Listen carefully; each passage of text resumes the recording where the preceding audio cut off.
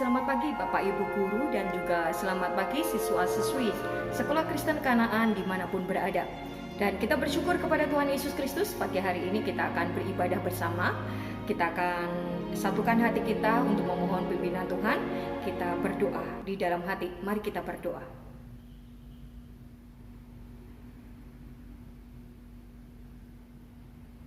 Amin. Di dalam nama Tuhan Yesus Kristus kita akan sama-sama memuji nama Tuhan. Kita nyanyikan Kidung Rohani nomor 395. Kidung Rohani nomor 395 di tempat yang lebih tinggi. Kita akan nyanyikan bait 1 dan bait 2 saja.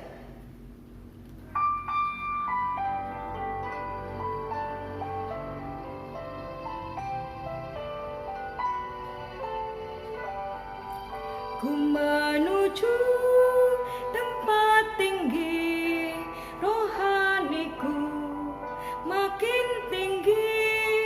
Ku naikkan doa tiap waktu, Tuhan teguhkan imanku. Mohon Tuhan teguhkanku lebih dekat kepadamu, agar imanku berdiri di tempat yang lebih tinggi. Di dunia hidup cemas, tiada tempat yang tenteram. Walau semua cinta dunia, hanya surga tujuanku. Mohon Tuhan teguhkanku lebih dekat kepadamu, agar imanku berdiri di tempat yang lebih tinggi. Kita akan sama-sama, kita akan berdoa Bapa kami. Mari kita satukan hati kita akan berdoa. Di dalam nama Tuhan Yesus kami berdoa. Bapa kami yang ada di surga, dikuduskanlah namamu. Datanglah kerajaanmu, jadilah kehendak-mu di bumi seperti di surga. Berikanlah kami pada hari ini makanan kami yang secukupnya. Dan ampunilah kami akan kesalahan kami, seperti kami juga mengampuni orang yang bersalah kepada kami. Dan janganlah membawa kami ke dalam pencobaan, tetapi lepaskanlah kami daripada yang jahat. Karena Engkaulah yang empunya kerajaan dan kuasa dan kemuliaan sampai selama-lamanya. Amin. Pada pagi hari ini kita akan sama-sama kita merenungkan akan firman Tuhan. Dan di dalam nama Tuhan Yesus Kristus akan menyampaikan firman Tuhan pada saat ini. Di dalam kitab Lukas pasal yang ke-16. Di situ Tuhan memberikan sebuah perumpamaan di mana ada dua orang yang mengalami kematian. Yang seorang bernama Lazarus. Dia adalah seorang pengemis. Dikatakan dia sakit karena tubuhnya penuh dengan borok. Dan dia berbaring di depan pintu rumah orang kaya. Dan untuk menghilangkan rasa lapar yang ada, dia memohon, dia menaruh harapan sesuatu makanan yang jatuh dari meja orang kaya tersebut. Dan pada saat ada makanan yang jatuh, baik itu sengaja ataupun tidak disengaja, itu merupakan suatu hal yang sangat menyenangkan hati daripada Lazarus. Dan dia berusaha untuk mendekat, untuk menggapai makanan itu. Tetapi apa yang terjadi? Pada saat itu juga, anjing-anjing datang kepadanya. Anjing-anjing itu menjilati dia, menjilati borok yang ada pada tubuhnya. Sangat kasihan sekali keadaan daripada Lazarus. Tetapi apa yang terjadi, anak-anak yang terkasih? Orang kaya itu melihat pemandangan yang ada.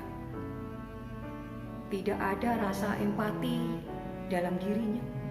Pada saat melihat itu, dia merasakan itu adalah suatu pemandangan yang indah. Dan diceritakan Lazarus mati. Rohnya dibawa oleh malaikat-malaikat, berada di suatu tempat, dan dia didudukkan di pangkuan Abraham. Kita yakin bahwa tempat itu adalah tempat yang sangat indah, tempat yang sangat nyaman, dan tempat yang bahagia. Lazarus mendapatkan tempat yang sangat indah di sana, duduk di pangkuan Abraham. Sedangkan orang kaya itu juga mati. Dikatakan rohnya ditempatkan di suatu tempat yang berbeda, yang bernama alam maut. Di situ dia sangat-sangat menderita, sangat-sangat kesakitan, karena banyak nyala api yang berada di sekitar dia. Dan orang kaya itu memandang ke atas, memandang kepada Bapak Abraham. Dia memohon belas kasihan kepada Bapak Abraham. Dia memohon pertolongan daripada Bapak Abraham. Tetapi apa yang terjadi? Semuanya itu tidak akan pernah dia dapatkan. Walaupun penyesalan dan sebagainya, itu pun sudah tidak ada lagi gunanya. Dan orang kaya itu mengatakan, masih ada 5 saudaranya yang masih hidup, yang berada di dunia, dan kelakuannya sama seperti dia pada saat dia masih hidup. Orang kaya ini merasa khawatir kalau 5 saudaranya juga nanti nasibnya sama dengan dia, yaitu apa? Berada di dalam alam maut ini yang begitu mengerikan, yang begitu menyiksa, yang begitu sangat menderita. Anak-anak yang terkasih, kita bersyukur di mana pada saat ini kita mempelajari akan hal ini. Jangan sampai kita menyia-nyiakan waktu kita sama seperti orang kaya tersebut. Asal dirinya senang, ya itu yang selalu dia kejar. Dia mencari yang namanya kekayaan. Dia mau melakukan apapun sesuai dengan kesenangan dirinya. Ya, tetapi akhirnya hal yang sia-sia yang dia dapatkan, binasa yang dia dapatkan. Oleh karena itu, pada saat ini mari kita renungkan, mari kita mempergunakan waktu kita dengan sebaik-baiknya. Untuk apa? Hal yang pertama, untuk mengenal Tuhan dengan sungguh. Mari kita mencari Tuhan, mari kita mendekat kepadanya. Sama seperti yang tertulis di dalam kitab 1 Tawarik pasal 28 ayat yang ke-9, di mana Raja Daud berkata kepada anaknya, yaitu Salomo, Salomo, kamu harus kenal Tuhan dengan sungguh. Kamu harus beribadah kepada Tuhan dengan tulus ikhlas. Kamu harus mendekat kepadanya. Itu adalah suatu pesan yang sangat indah yang Raja Daud katakan kepada anaknya. Kenapa? Karena Raja Daud tahu pentingnya Tuhan. Karena Tuhan adalah Allah yang berkuasa. Ya, hidup kita ada di tangannya. Dan Tuhanlah nanti yang berhak untuk menentukan di mana kita berada. Apakah kita dilayakkan untuk masuk ke dalam kerajaan surga? Ataukah jangan-jangan kita nantinya berada di dalam neraka? Oleh karena itu, mari kita sama-sama kita belajar untuk apa? Untuk mendekat kepadanya. Inilah waktunya, inilah kesempatannya untuk kita mempergunakan waktu kita untuk lebih dekat dengan Tuhan. Hal yang kedua, mari kita gunakan waktu kita untuk melakukan perintah Tuhan.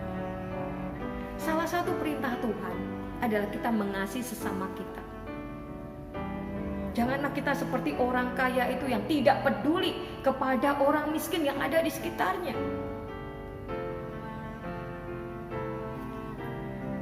Akhirnya penyesalan yang dia dapatkan.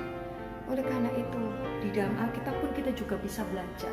Di dalam kitab Amsal pasal 19 ayat yang ke-17. Barang siapa menaruh belas kasihan kepada orang yang lemah, akan memiutangi Tuhan. Akan ada campur tangan Tuhan di dalam kehidupan kita di saat kita mau melakukan perintah Tuhan.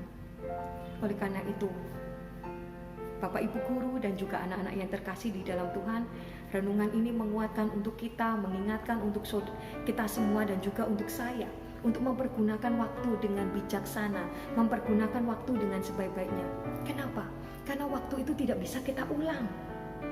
Waktu itu akan terus berjalan sampai terhenti, di mana waktu yang Tuhan tetapkan, waktu kita di dunia ini selesai. Biarlah renungan firman Tuhan pada pagi hari ini menjadi berkat untuk kita semua. Dan kita akan sama-sama, kita akan satukan hati kita akan berdoa. Mari kita berdoa. Di dalam nama Tuhan Yesus Kristus kami berdoa. Ya Tuhan, ya Allah kami, terima kasih. Terima kasih atas kasih Tuhan yang begitu besar untuk kami, sangat berlimpah untuk kami Tuhan. Dan pada pagi hari ini Kau mengingatkan kami anak-anak-Mu Tuhan, di mana kami harus mempergunakan waktu kami dengan sebaik-baiknya. Waktu kami untuk mendekat kepada Engkau. Waktu untuk kami juga memikirkan akan keselamatan diri kami. Dan juga waktu untuk kami bisa berbagi kepada sesama kami yang membutuhkan. Ya Bapa yang Maha Kasih, biarlah Engkau selalu mengingatkan kami untuk mempergunakan waktu ini, kesempatan ini dengan sebaik-baiknya. Biarlah apa yang kami jalani setiap hari, semuanya untuk mendatangkan kemuliaan bagi nama Tuhan dan juga menyenangkan hati Tuhan. Biarlah kasih Tuhan, berkat Tuhan senantiasa Tuhan curahkan untuk kami. Kami serahkan seluruh hidup kami Tuhan ke dalam pimpinan-Mu. Haleluya. Amin.